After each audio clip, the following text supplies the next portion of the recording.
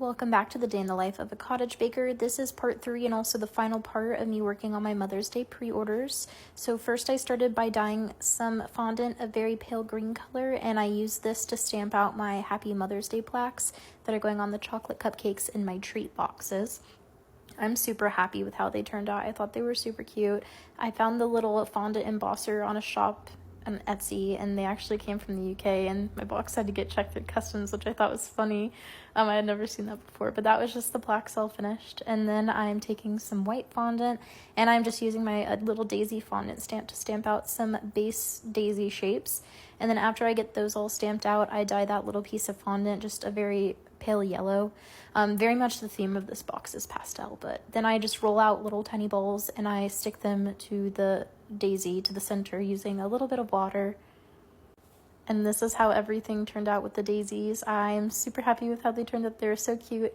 And now I am using this little mold I got off of Amazon I had a safari order a while ago, and there's a little leaf bit on it. So I'm just putting some of the fondant. I took the lighter green fondant from earlier and I dyed it just a bit darker. And I'm just pushing it into the fondant and pulling it out, and I have to do a lot of those leaves. And each cupcake is going to get 3 daisies and 3 leaves in between each daisy. When I originally made the Mother's Day boxes and took pictures of them, I actually cut out a little bit more of a perfect shape of the leaf, but I actually kind of like the way that it looks more natural there, so I left them as is. And here I am, I dyed that buttercream a very pale yellow, and I am doing all the daisies and leaves on that cupcake. The vanilla one, and then once those are all done, I go back on the chocolate and I put the Happy Mother's Day plaques on them. When I had them all next to each other like that, it reminded me of a bouquet, and I thought it was so pretty. I'll show you a clip here in a minute of it once I get these plaques on the chocolate cupcakes. But maybe I should do a bouquet next year, a cupcake bouquet. Y'all have to let me know what you think in the comments of that. But they just look so pretty all together like that. I'm obsessed. And once I got those all done, I thought I was ready to start assembling, but I will discover here soon that I was not. I will stand in disbelief and I will be mad at myself because I did not count the daisies correctly. I only accounted for the daisies on the cupcakes and not the cakesicles. So I had to go back and do them all over, which was annoying, but it was fine.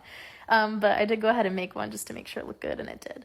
But this is me back after I made the daisies, and I'm attaching them to the cakesicles, and then I am ready to start assembly. So I set up my boxes, and I put a little 4-count cupcake liner in just to keep the cupcakes in place, and then I put crinkle paper on the other side. That way the goodies don't fall in the holes and they stay nice and elevated in the box.